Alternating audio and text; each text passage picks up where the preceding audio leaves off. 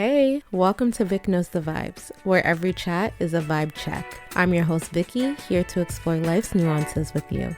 Are you ready to dive in and vibe together?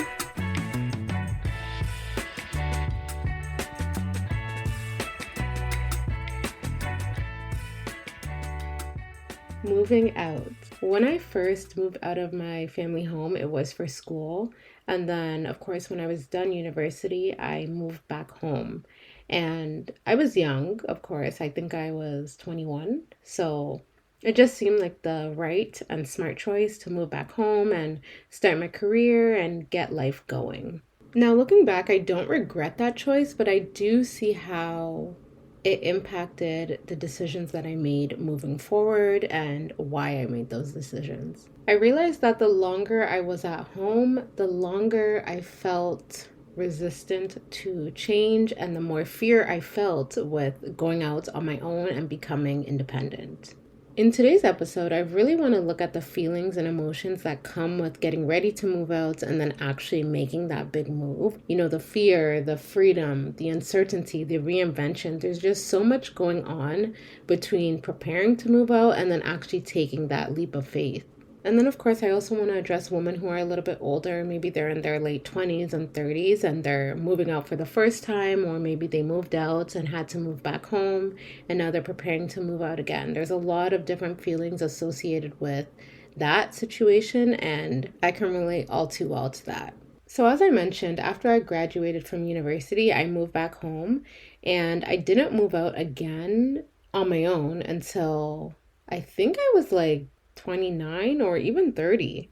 I remember having so many different thoughts and emotions associated with that move. I was scared, I was resistant, I was confused, I was unsure of myself, but I also knew that I was ready. I was just so I just wanted a new experience. I wanted the chance to feel like the woman that I felt internally and have my external reflect that, because sometimes when you're living in someone else's home with other people, you're impacted by their energy, their thoughts, their feelings. And so I really just wanted to be able to curate my own space and be proud of that.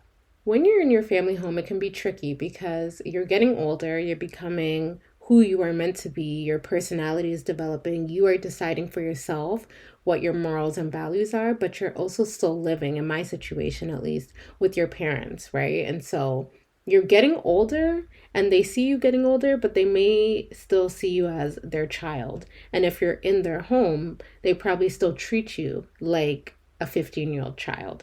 And so that can be a source of contention and annoyance and frustration for sure.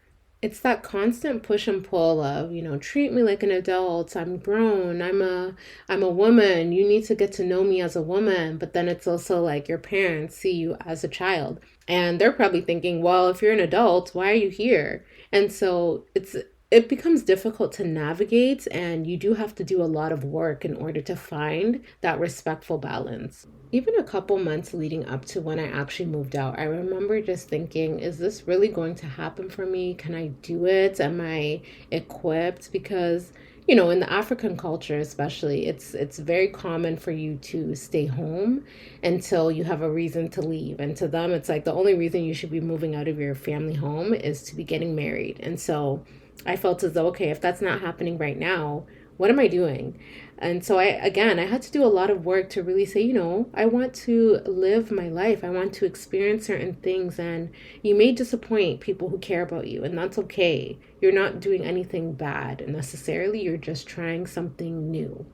While I was still at home, I was still working virtually, I believe. And so I had convinced myself that I didn't really have any reason to move out. It was better to save and stack my money and da da da da da. But then I came across a new job, and it was in a different city that was probably about an hour and some change away from my family home. And it was a completely new experience in a new city, and it was too far for me to be commuting every single day. And so I was going, if I was going to take that job, I would have to relocate. And I remember sitting there being like, maybe I shouldn't, like, maybe I should just stick with my virtual work from home. There's so many pros to it. But I remember a few select people just speaking life into me and encouraging me and being like, what are you doing? Like, you've wanted to move out for so long, and now the position or the situation that you're in is allowing you to make that change, and you're pushing back and you're finding reasons not to do it. Like, why are you operating out of fear? And honestly, those conversations are really what allowed me to believe in myself and take the plunge and be like, okay, I'm going for it. And it was probably one of the best decisions I've made to date. I'm so happy that I decided to take the job and move out and just fly on my own. Above all else, I would say the main fear I had was financial fear. I hadn't really been on my own. When I moved out for school, I was on OSAP and I was also living with four other women. And so, even though I was still responsible for, my rent and my groceries and things, you're still kind of feeling supported by the other people you're living with. And same thing when you're living at home. You still have expenses, but you still feel protected. And so moving out on my own, all the bills are my responsibility. If rent is not paid, they're coming to me. My name is the one that's on the lease. Like, if you need to pay for your food and your light bill and your internet, like, they're coming to you. I think that's what was really stifling at the time. And so I had to again work through that and encourage myself and tell myself that I could make it. I had just gotten that full-time job, but I had savings, and I also had a part-time job. And so I also sat with myself being like, why are you so afraid when you have multiple sources of income and you have been itching for this experience? There is no reason why you wouldn't make it. And even if you don't, what's wrong with trying and failing? What's wrong with trying and succeeding? Like, I really had to work through that because there were so many preconceived notions I had about myself and just things that I think people had projected onto me to leave me thinking like I couldn't do it on my own. When I did finally break the news to family and friends, most were very supportive. My parents, it was so so. But I already anticipated that, and I had already managed my expectations to say, you know what? Again, you're going to disappoint some people, but that's okay. You are living for yourself. This is your life, and you need to be okay with other people not understanding your decisions. And so once I got over that and prepared to move and start my new job, that's when I really felt that sense of excitement and pride and just self encouragement, being like, girl, you're really about to do this. Okay. And even looking back, I still feel a sense of pride because I really learned to understand that fear and excitement can coexist while you're doing something. I used to believe that, it was one or the other. If I'm fearful of something, then obviously I'm not excited, I'm just scared. But I was scared, but I was also excited to try something new. And again, as I mentioned, it was one of the best decisions I made for myself at that time. Now, fast forward a few months after I had officially moved out, started my new job, and was becoming acquainted with my new place. I think it's very common to feel lonely and alone. I didn't necessarily feel lonely. When I moved out into my own spot, I was in a relationship, and my sister actually lived maybe 15 minutes away from me. So I was far enough away from my family home, but I still had family close enough to me. I was in a relationship. I spoke with my friends a lot. And so I really didn't feel lonely. I honestly felt excited, and I really felt grown up, y'all. Like, I had my own bills to pay, I had my own job, and I was really doing it. And so I really felt good. Like, it was honestly a very positive experience. Of course, it came with its stresses and, you know, the uncertainties, but again, it was really eye-opening and really made me realize how to be responsible for myself and for my decisions. Now, I will say when I moved out, I didn't necessarily prioritize making new friends and, building new friendships. And I think that was because, again, I was in a relationship, I lived close to my sister, and I just felt like I felt supported. I didn't feel as though I was all on my own and starting anew. I felt like I still had people to go visit, people to talk to on FaceTime, people to call. And I think that makes a difference compared to people who are moving to a new spot, a new city, a new country, and they can still talk to people online or on FaceTime, but they can't just get in their car and drive somewhere. And I can really see how having that support versus not having that support can really dictate your experience and the decisions you make moving forward. Even though I had that support, I will say I spent a lot of time alone. And it was nice. I think I was forced to spend time alone and really get to know myself, understand my wants and needs, understand my personality and who I was as a grown woman, still of course evolving and learning. Something I really love about living on your own is the fact that you get to dictate the energy of the environment and you can maintain said energy. If you're having a bad day, you don't necessarily have to immediately explain to somebody else what's going on. You don't have to work through those emotions and make sure you're not negatively impacting somebody else. You can kind of just go with the flow and let it rock. And that is definitely a luxury, because when you're living with somebody else, of course, they're seeing you. They can tell, okay, this is not how you usually act. What's wrong? What's this? What's that? And it can cause a lot of frustration and annoyance. And so I think that's definitely a big thing with living on your own. You can do your own thing. You can work through your emotions at your own pace and still feel okay. I want to talk a little bit about how relocating really allows you to reinvent yourself. If you're someone like me, you lived at home with your parents for a very long time and you probably internalized a lot of their beliefs and, how they chose to live life and how they see life. When you're finally on your own, you are on your own. You're allowed to see things the way you see things without the influence of other people. And I think that is so powerful. Even being able to determine, how you clean your house, when you clean your house, how you cook, when you cook, those are things that you don't realize are heavily influenced by other people until you're on your own. When I lived in my own spot, I really was able to look internally and decide how I wanted to curate my space and feel in said space. I feel as though if you don't ever have the opportunity to do that, you won't ever know, because you're not inclined to tap into that different realm, if that makes sense. I also want to talk about the feelings that come with moving out on your own, but then returning to your family home. That too is something that I've done, and it is not for the faint of heart. It, of course, really depends on the reason why you're moving back home, but I think it's very common to feel feelings of regrets, disappointment, fear, sadness, annoyance. Like, there's a lot going on. Personally, I can relate to feelings of disappointment and frustration. Specifically myself, I was disappointed that I had to move back home, especially because I felt as though when I had moved out, that was it. Like I would never have to move back in. And I was a little bit frustrated with myself because, I was questioning, why am I in this situation where I have to move back home? Why am I not able to take care of myself fully, if you will? And that was a lot to kind of digest. I had to come face to face with these feelings and questions, and it wasn't always easy to do that. But now I can see how necessary those experiences are. I can really see the importance of understanding yourself, knowing your personality, the woman you've become, and the woman you're still becoming, and also understand the consequences of your actions. And, okay, if I don't do this, then I won't be able to do X, Y, and Z.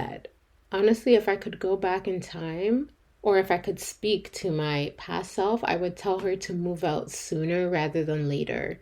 Because again, it was such a good experience and I learned so much about myself and so much about the world. And I wouldn't have had those insights if I still lived at home and I still kind of looked to other people to direct my thought. I just want to take a moment to specifically speak to the individuals who are maybe in their late 20s, early 30s, mid 30s, whatever the case, but they still live at home, because I know y'all are out there and Sometimes it's not easy to raise your hand and be like, "Oh, that's me." It's really easy and probably the norm to feel embarrassed, inadequate, and almost stuck. I want you to remember that you are not a tree and you can always move. It's so easy to compare yourself and feel discouraged and disappointed and low key like a failure and like you're regressing and da da da, but truly everyone's journey is different. Maybe there's lessons that you have to learn and internalize in order to be successful once you do finally fly the coop and stay gone. I, for one, have really learned the importance of patience and boundary setting and just understanding who you are and why you are that way. If moving out is truly something that you want to do, make a plan. Don't be discouraged by the setbacks, the rent prices, the location. Just make your plan and go for it. I think we all have the ability to pivot, but we just don't know it. We truly underestimate our ability, and I hate that. I know I'm guilty of it, and I didn't fully grasp that until I had actually moved out. And so, again, if that's truly what is your heart's desire, keep pushing, keep planning, and go for it. There's obviously going to be people who don't agree with it, and that's fine. You probably don't agree with every other person's life choices either, and that's fine too. They have their life to live, and you have yours. When you move out, or when you move out, move back into your family home and then move out again, I think that it's really important to embrace change and understand that it's really a continual process. There are so many different emotions that are going to come with each phase, and once you're equipped, I think you'll be able to really navigate that with ease. To those that are considering moving out, I just want to encourage you to do it. Do it, do it, do it. There are so many things that could go wrong, but there are also so many things that could go right. Showing yourself that you're willing to bet on yourself is priceless and does wonders for your self-esteem and your confidence. You can also use your relocation as a chance to break patterns and really step into your full potential. I remember when I first moved out, there were so many habits that I broke because I just felt like, okay, this is a new spot. I want to be a new version and a better version of myself. If you're listening today, I hope that this episode encourages you to trust yourself, believe in yourself, and just push forward. Start small until you can start big. Whether that's making Pinterest boards, loading up your cart, going to check out new spots in different cities, whatever the case may be, just take that first step and see how you feel. Change is so scary, but it's also so exhilarating and monumental to the development of self. Sometimes elevation really does require separation, and that doesn't have to be a bad thing at all. There is so much courage that lies in going out on your own, choosing to build a new relationship with yourself and others. And I want people to feel like they can do it and they are equipped enough to try. I would love to hear the stories that you guys have about moving out on your own, moving back in, moving out again. I know it can be a whirlwind, but I know that everybody's journey is different, and so everyone's experiences are different. But different doesn't necessarily mean wrong. If you're newly moved out, I want to just encourage you to embrace this new beginning, explore a new hobby, reach out to a new friend, and just really get to know this new version of your life. If you're preparing to move out, use your resources. Again, if you're making a list, if you're looking online, use ChatGPT, do whatever you need to do to keep yourself in that state of excitement and encouragement. And with that, we've arrived at our takeaway vibe. Sometimes you have to leave everything behind to see how much you've been carrying all along. Whether mental, emotional, or physical, we get so caught up in day-to-day life and end up carrying burdens that we don't even realize are weighing us down. When you take a step back, it's almost like you're hitting the reset button and you really take a look at the things you're holding on to, even subconsciously, that you probably never even needed in the first place. Moments of solitude are honestly essential because you never know how much freedom and clarity is waiting for you on the other side of that. I'm going to say it one more time. If you're considering moving out, do it. You can do it. You will be responsible. You will make things happen and you can take care of yourself. I will never get tired of the topic of moving out because it's a subject that is near and dear to my heart. If you guys feel the same way, please, please, please reach out. You can find me on all socials at Vic Knows the Vibes. And with that, I just want to say thank you to everyone who's listening. Don't forget to subscribe, like, comment, and stay in touch for the next episode. Thank you guys so much for listening. See ya.